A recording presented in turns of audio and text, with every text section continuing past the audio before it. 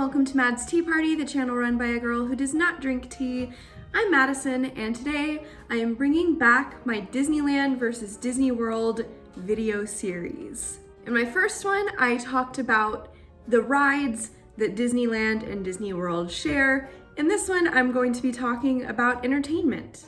And there's also a bunch of shows and things that are really small, like mariachi shows and Mulan's Lunar New Year procession. I'm not doing the seasonal stuff. This is only stuff that usually pre-COVID played every day. So there's not really a whole lot of overlap between Disney World and Disneyland entertainment. I feel like the only things that are really truly comparable are the fireworks and Fantasmic. That's really it. There's nothing else that really overlaps like that. So instead of saying like Frozen Sing-Along versus Frozen at the Hyperion, I'm just not gonna compare them like that. It's not a lateral comparison. And also, Disney's fireworks show changes like every time I go to Disneyland. So I don't even know what to compare here. But the last one I saw was Mickey's Mixed Magic, so that's just kind of what I'm gonna go off of. And I guess I'll start there. Mickey's Mixed Magic, it's fine. I liked the concept of it, but I feel like the execution was kind of poor. It didn't really have that nostalgic Disney fireworks show feel to it, so I can't really say that it was the best, but it's okay. I'll give it 5 out of 10. And then fireworks at Disney World, you have currently Happily Ever After, and that is my favorite Disney fireworks show, so 10 out of 10 for Happily Ever After. They also both have parades, but neither of them are running right now. But honestly, I have not seen Magic Happens, but it looks really cool, so I'll give it 10 out of 10. And Festival of Fantasy, of course, gets 10 out of 10 as well. I love Festival of Fantasy, bring it back. They also have Fantasmic at both coasts, and this one is one that I can compare laterally, and I think that Disneyland's is just slightly better than Disney World's. So I'll give Disney World's like a 7 out of 10 and Disneyland's like a 10 out of 10. Looking at the other parks though, so Epcot has Epcot Forever, and while I do really enjoy Epcot Forever, I feel like the singing child just takes me out of it. It makes it feel not as legitimate for me, and also I don't like the fact that a whole new world's in there just because of all the songs. It just is like, okay. I'll give Epcot Forever, again, like a 7 out of 10. And then California Adventure has World of Color, which is 10 out of 10, 100%. I absolutely adore World of Color. It's probably one of my favorite Disney nighttime shows, period. Okay, now we're getting into kind of the smaller shows because Disneyland no longer has Mickey the Magical Map or the Frozen at the Hyperion show. So at this point, I'm getting into kind of smaller things, looking at Disneyland first. All right, so they have Five and Dime, which is fine. I don't really have that much attachment to it, but it's cool, I guess. 5 out of 10. Guardians of the Galaxy, Awesome Dance Off. It's fine. 5 out of 10 again. It's fun walking through the park and seeing it, but I wouldn't stop just to see it. The Dapper Dans. Honestly, they're kind of the same on both coasts, so they're both 10 out of 10 on both Disney World and Disneyland. Love the Dapper Dans.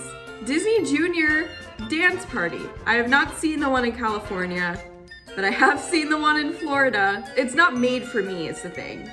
So I guess like 5 out of 10. And then question mark out of 10 for the Disneyland one. Storytelling at the Royal Theater. Yes. 10 out of 10. I've only seen the Tangled one, but I really loved it. So yeah, 10 out of 10 for that. Okay, now I'm gonna move over to Disney World. I've already talked about most of the shows at Disney World, but I just gotta look at the list and make sure I didn't forget anything. The Bird Show at Animal Kingdom. I have not seen it since they took the Up out of it. So last time I saw it, it was still Up themed. So again, question mark out of 10, I don't know. Festival of the Lion King, 10 out of 10, baby. So good. Electrical water pageant. Oh, yeah. You know, for something that just has no purpose really. It's just there to bring extra magic. 10 out of 10 because it serves its purpose so well. The Epcot pianist is on here. I can't really count her towards the score because this is only for the festivals. But Carol, if you're listening, I love you and you rock.